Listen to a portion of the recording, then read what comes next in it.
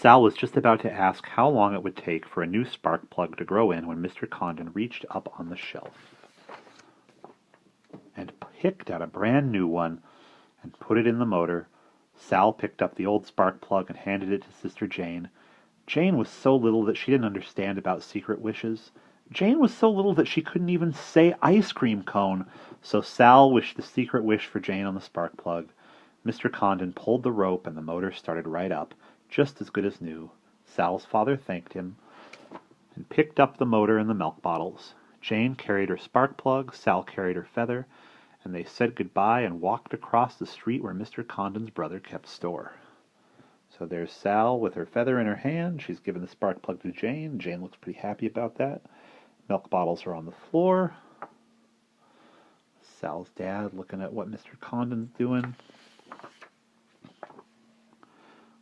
Now they're going into Condon's brother's store.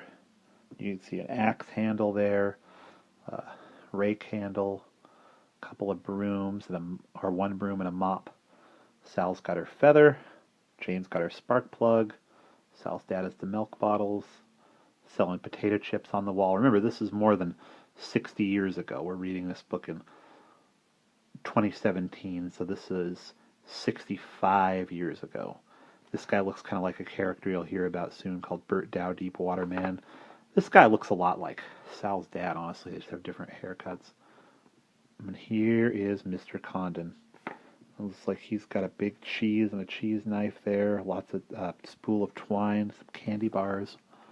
"Well, look who's here," said Mr. Condon, who kept store. "I have a tooth out," shouted Sal, returning Mr. Condon's greeting. And you can see her saying it there. She showed the empty place where her tooth had been, first to Mr. Condon, then to Mr. Fred Clifford and Mr. Oscar Staples, who were sitting in the store talking about trapping lobsters and how the fish were biting. "Don't put your tongue in the empty place," Mr. Clifford advised, "and a nice shiny gold one like mine will grow in." "But I didn't know soon enough," said Sal, looking confused. "Haw!" said Mr. Condon, chuckling. "Don't you go worrying about everything these jokers suggest.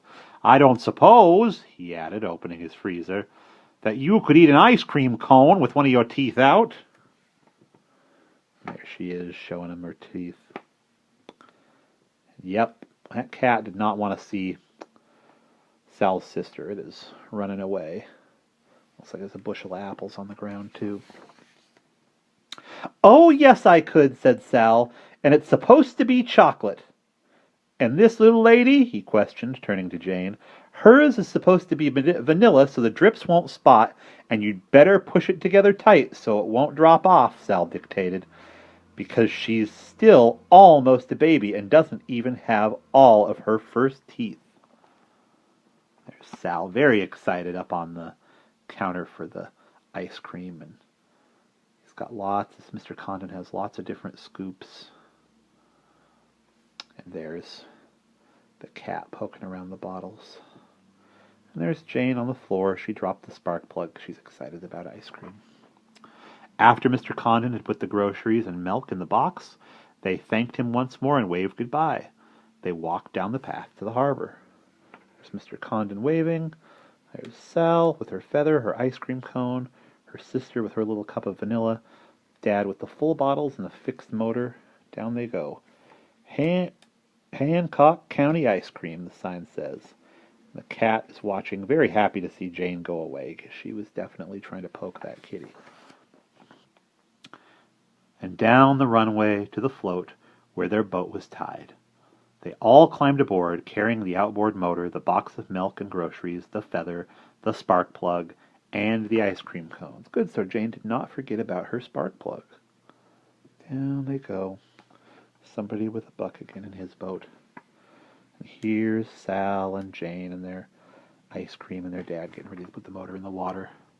While their father fastened the outboard motor to the boat, Sal and Jane finished their ice cream cones. "I want some more," Jane demanded. "Silly," exclaimed Sal. "Our wishes are all used up."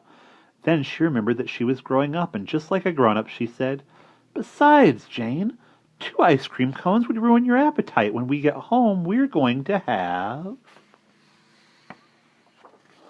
clam chowder for lunch. And that's the end.